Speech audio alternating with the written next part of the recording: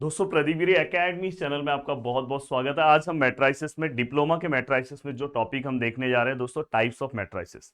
अभी तक आपने 10th क्लास में इसके बारे में कुछ भी नहीं पढ़ा था। डायरेक्ट आप डिप्लोमा में आ रहे हो और डिप्लोमा में आप टाइप्स ऑफ मैट्राइसिस आपको पढ़ना है। बिल्कुल टेंशन नहीं लेना दोस्तों। इसके पहले जो मैंने लेक्चर बनाया आप सभी लोगों ने उसको बहुत ही अच्छे से देखा होगा, मुझे ये उम्मीद है। इसके पहले जो मैंने डिटर्मिनेंट वाला पार्ट बनाया था और साथ में मैंने आपका लॉगरिथम वाला भी पार्ट बहुत अच्छे तरीके से कंप्लीट कर दिया है। चलते हैं आगे की ओर और सभी पार्ट को स्टार्ट करने की कोशिश करते हैं। प्लीज बहुत ही अच्छे से आपको पूरा का पूरा पार्ट देखना चाहिए, समझना चाहिए और बहुत ही अच्छे से आप भी मेरे साथ अपनी चीजें कंप्लीट कर सकते हो। अगर आप चाहते हो दोस्तों कि अपनी चीजें बस उतना ही सम सॉल्व करना जितना आपके एग्जाम के लिए इनफ है, तो दोस्तों आप मेरे कोर्सेज से जुड़ सकते हो। प्रदीप गिरी एकेडमी जो हमारा एप्लीकेशन है, गूगल प्ले स्टोर से आप डाउनलोड कर सकते हो, जहां से आपको जितना मैं सम सॉल्व कराऊंगा बस उतना ही आपको करना है, अलग से आपको कुछ नहीं करना है। तो आप आराम से बहुत अच्छे से अपनी चीजें कंप्लीट कर सकते हो। अभी यहाँ पे देखो दोस्तों, टाइप्स ऑफ मैट्रिक्स बहुत ही ज्यादा इंपॉर्टेंट है, आपको पता होना चाहिए कि मैट्रिक्स के कौन कौन से टाइप्स है। अब देखो दोस्तों, रो मैट्रिक्स मतलब अगर कहीं पे भी ऐसा दिया है, बस ओनली वन रो दिया है, जैसे 1 है 2 है 5 है, ये ओनली वन रो है तो इसको हम रो मैट्रिक्स बोलेंगे। ये इतना ज्यादा इंपॉर्टेंट नहीं है, बट आपको पता होना चाहिए। सर कॉलम क्या होगा? जहां पे बस ओनली वन कॉलम दिया होगा उसको हम कॉलम मैट्रिक्स बोलेंगे। जैसे 1 है -5 है 3 है, इसको हम क्या बोलेंगे? Column matrix. स्क्वायर मैट्रिक्स मतलब क्या होता है दोस्तों? जहां पे नंबर ऑफ रोज और नंबर ऑफ कॉलम सेम होता है उसको हम स्क्वायर मैट्रिक्स बोलते हैं। जैसे अगर मैं यहाँ पे लिखूं 2 3 -1 4। अब यहाँ पे अगर आप मुझे बताओ कि नंबर ऑफ रोज कितने हैं, देखो ये इसको हम रोज बोलते हैं, ये फर्स्ट रो, ये second row. Number of column मतलब ऐसा, फर्स्ट कॉलम सेकेंड कॉलम। तो अगर मैं बात करूं नंबर ऑफ रोज कितने हैं 2, नंबर ऑफ कॉलम कितने हैं दोस्तों 2। तो इसका जो ऑर्डर ऑफ मैट्रिक्स है दोस्तों वो 2 by 2 है। मतलब कॉलम और रो अगर दोनों सेम हो जाए तो भाई इसको हम क्या लेंगे? Square matrix.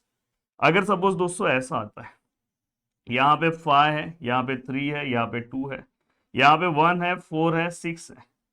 अब अगर मैं यहाँ पे पता करूँ कि ये कौन सा मैट्रिक्स है, तो आप बोलोगे सर नंबर ऑफ रोज कितने हैं 2, नंबर ऑफ कॉलम कितने हैं सर 3 है। तो इसको हम स्क्वायर मैट्रिक्स नहीं बोल सकते क्योंकि नंबर ऑफ रोज और नंबर ऑफ कॉलम सेम नहीं है। वही अगर सपोज ऐसा हो जाता, अगर ऐसा होता दोस्तों, जैसे 1 2 3 4 -9 3 2 1 5। अब नंबर ऑफ रोज कितने हैं? 1 2 3। नंबर ऑफ कॉलम कितने हैं? 1 2 3। तो ये क्या आएगा? 3 by 3, मतलब ये कॉलम मैट्रिक्स, ये कौन सा? Square matrix. अब मैं आगे की ओर बढ़ रहा हूं दोस्तों, प्लीज आगे की ओर अच्छे से देखो। डायगोनल मैट्रिक्स मतलब क्या होता है दोस्तों? डायगोनल एलिमेंट्स मतलब क्या होता है? जैसे ये मैट्रिक्स है 1 2 3 5 9 3 2 1 -3। इसमें जो दोस्तों ये जो एलिमेंट्स हैं इसको हम डायगोनल एलिमेंट्स बोलते हैं। तो ये आपको पता होना चाहिए। डायगोनल जो मैट्रिक्स है दोस्तों वो डिफरेंट पार्ट है, डायगोनल एलिमेंट्स अलग पार्ट है। डायगोनल एलिमेंट्स मतलब ये जो एलिमेंट्स है, जैसे यहाँ पे 1 है 9 है -3। अगर समझो ये 2 by 2 का मैट्रिक्स होता, 1 2 5 -3, तो दोस्तों डायगोनल एलिमेंट्स आपका ये होता। तो हर चीज आपको बहुत ही अच्छे से पता होना चाहिए, बिना किसी स्ट्रेस के आपको समझ में आएगा। अब देखो डायगोनल मैट्रिक्स, डायगोनल मैट्रिक्स की एक सबसे बड़ी खूबी ये है, आपको डायगोनल एलिमेंट्स पता है। जैसे यहाँ पे 4 है 5 है -3 है, ठीक है।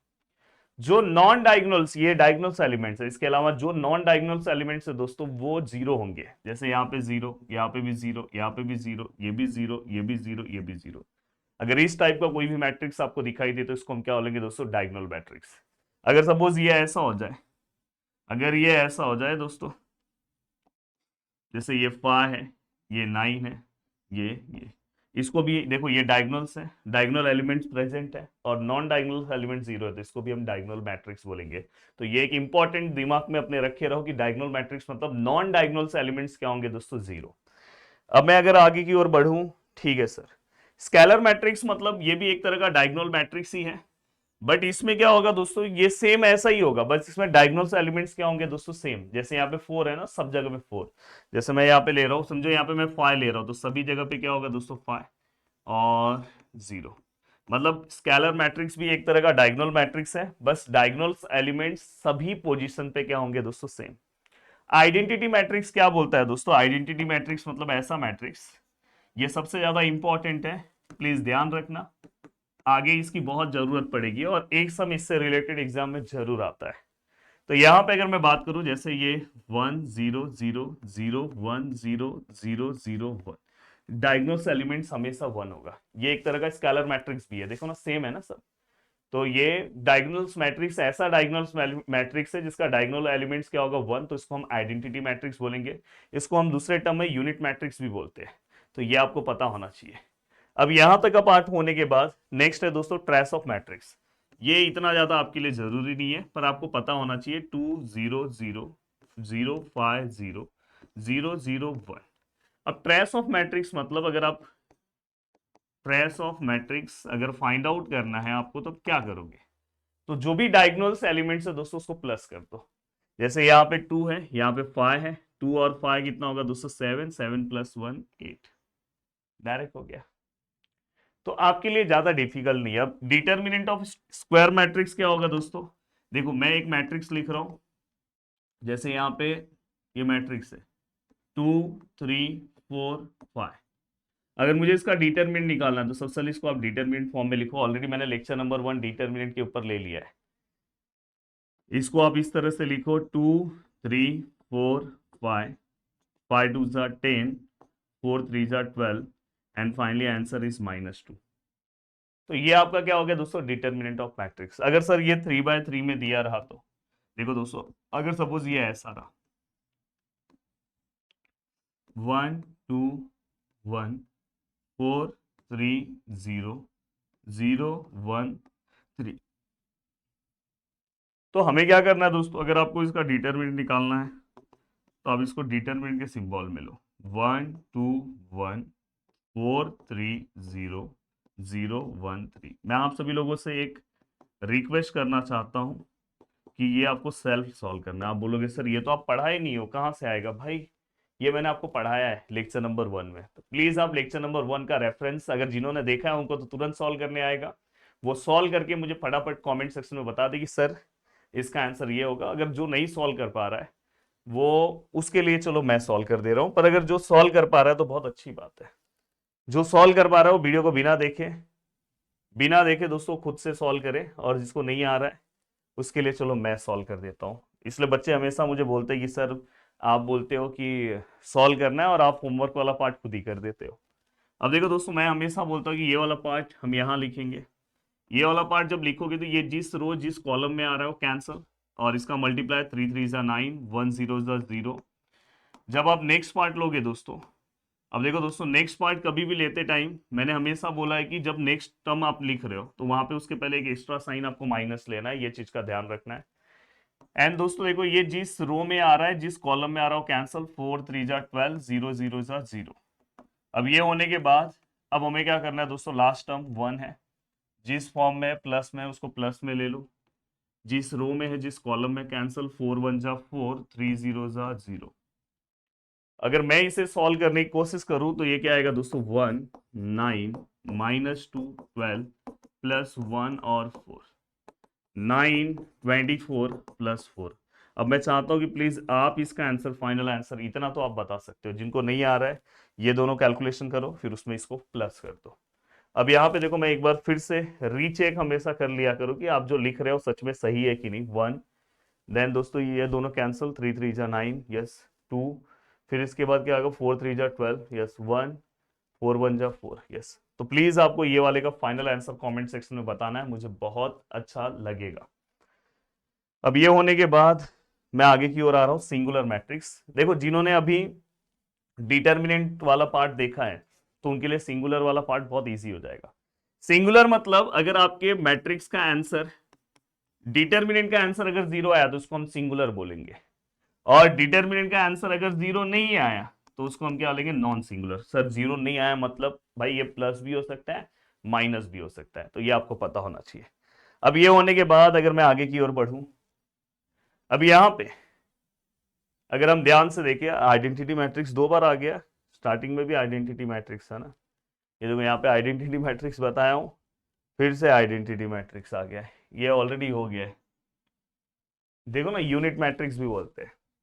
अब देखो जीरो मैट्रिक्स जिसको हम दूसरे नाम से बुलाते हैं नल मैट्रिक्स, इसका मतलब होता है ऐसा मैट्रिक्स जिसके सभी एलिमेंट 0 होंगे। जैसे ये 2x2 का मैट्रिक्स है तो सभी के सभी एलिमेंट 0 है।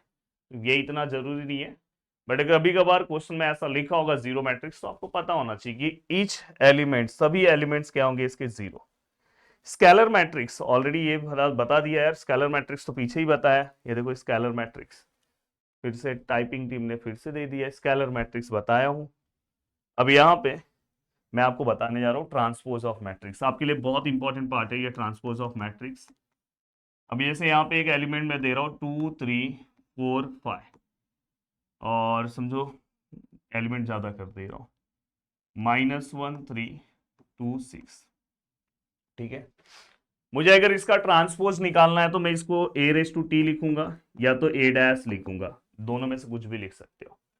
ट्रांसपोज मतलब दोस्तों जो रोज में है उसको आप कॉलम फॉर्म में लिखो, और जो देखो जो फर्स्ट रो में है फर्स्ट कॉलम में, जो सेकेंड रो है सेकेंड कॉलम में, तो इस तरह से ये ट्रांसपोज वाला पार्ट आपका हो गया। अब यहाँ पे आगे की ओर में बढ़ रहा हूं, तो दोस्तों ट्राइंगुलर मैट्रिक्स, हाँ ट्राइंगुलर मैट्रिक्स में दो टाइप्स है जो आपको पता होना चाहिए दोस्तों। ट्राइंगुलर मैट्रिक्स में एक होता है दोस्तों अपर ट्राइंगुलर, और एक होता है दोस्तों लोअर ट्राइंगुलर मैट्रिक्स।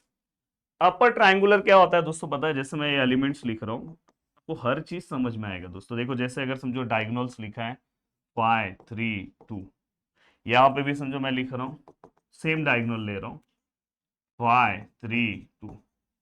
अब अपर ट्राइंगुलर मतलब क्या होता है दोस्तों पता है, अपर, अपर का उल्टा क्या होता है लोअर, मतलब लोअर के सभी एलिमेंट जीरो होंगे, डायगोनल्स के नीचे के सभी एलिमेंट जीरो होंगे, ऊपर कुछ भी रहे जैसे ऊपर -2 3 1 कुछ भी। लोअर मतलब नीचे, उसका उल्टा ऊपर, यहाँ पे सभी एलिमेंट्स क्या होंगे दोस्तों जीरो। अब यहाँ पे आपको जो लेना है वो लो, कोई फर्क नहीं पड़ता है। तो ये बहुत ही अच्छे एग्जाम्पल के साथ मैंने आपको समझा दिया। देखो अपर है तो नीचे के एलिमेंट जीरो, लोअर है तो डायगोनल्स के ऊपर के एलिमेंट जीरो। अब ये होने के बाद जो लास्ट पार्ट है दोस्तों आपको पता होना चाहिए, सिमेट्रिक और स्क्यू सिमेट्रिक। अब देखो जैसे मैं सिमेट्रिक मैट्रिक्स का एग्जांपल लूं तो ए विच इज इक्वल टू, जैसे मैं यहाँ पे लूं 1 2 3। अब यहाँ पे है दोस्तों सपोज 5, तो सिमेट्रिक में यहाँ पे भी 5 होगा, यहाँ पे 6 है तो यहाँ पे भी 6 होगा, यहाँ 4 है तो यहाँ पे 4 होगा। अगर आप चाहो तो ऐसे बटरफ्लाई बनाओ, और ऐसे आप देख सकते हो कि देखो बटरफ्लाई के ये वाले विंग में जितने एलिमेंट्स है इसमें भी सेम है, मतलब ये देखो 5 5 मैच हो गया, 6 6 मैच हो गया, 4 4 मैच हो गया। तो ऐसे केस में हम इसको बोलते हैं सिमेट्रिक मैट्रिक्स। सिमेट्रिक मैट्रिक्स का एक कंडीशन है जो आपको पता होना चाहिए, A which is equal to A transpose. अगर मैं इसका ट्रांसपोज करता हूं उसके बाद भी आंसर सेम आता है, तो ये आपको कंडीशन याद रखना है, कहीं कभार सम में मैं यूज कर सकता हूं। स्क्यू सिमेट्रिक मतलब क्या होगा दोस्तों प्लीज ध्यान रखना, वहां पे जैसे मैं एक एग्जांपल ले रहा हूं, स्क्यू सिमेट्रिक में एक चीज ध्यान रखना, डायगोनल्स एलिमेंट्स हमेशा जीरो होते हैं। ये बहुत ही इंपॉर्टेंट कंडीशन है जो आपको पता होना चाहिए। अब यहाँ पे नॉन डायगोनल एलिमेंट्स कैसे होंगे, जैसे यहाँ पे 4 है तो यहाँ पे उसका अपोजिट -4, यहाँ 3 है तो उसका अपोजिट -3। अगर सपोज यहाँ पे -5 है तो उसका अपोजिट क्या आएगा दोस्तों 5। तो यहाँ पे जस्ट अपोजिट होते हैं। अगर आप यहाँ पे इसका अगर ट्रांसपोज लोगे तो आपका आंसर क्या मिलेगा, A which is equal to A transpose, बस माइनस फॉर्म में। तो यहाँ पे मैंने सभी के सभी matrix A to Z types आपको समझा दिए। उम्मीद कर रहा हूँ कि आपको पूरा का पूरा पार्ट बहुत ही अच्छे से समझ में आया। दोस्तों वीडियो को देखने के लिए दिल से thanks, thank you so much दोस्तों। मिलते हैं नेक्स्ट वीडियो में, बाय बाय, टेक केयर, जय हिंद दोस्तों।